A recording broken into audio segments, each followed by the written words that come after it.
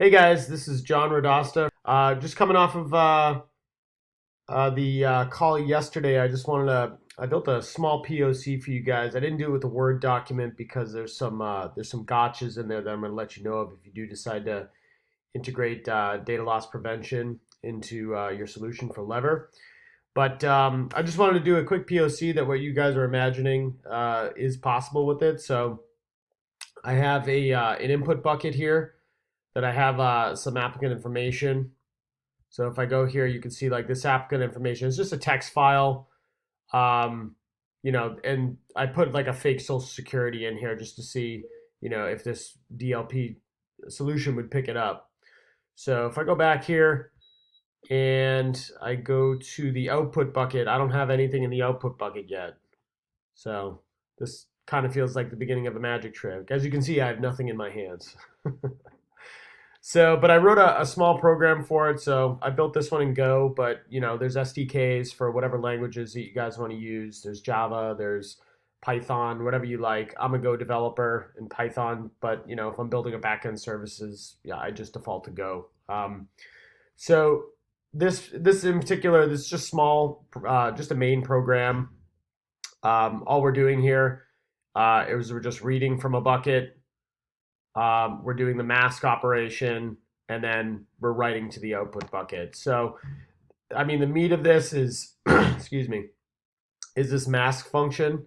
So basically, you're just defining a DLP job, a de-identification job, where in this case, we're just de-identifying US Social Security numbers, but you can add in whatever other info types that you want to this. And then this in particular will just append all those info types to the de-identification job. And then you pass in your data. So in this particular case, it's a string, but you could pass in byte data. So if you're going to do whole files or something like that, you'd have to convert it into a stream of bytes, do your de-identification, and then convert those bytes back to a string. And then here we're just creating a new file. We're writing to that file, and then we're just returning the output and then writing that to Google Cloud Storage. So I'll run this real quick. So go build, and then I'll do de-identify POC. So you get the output here. So I just made it so you could quickly see it.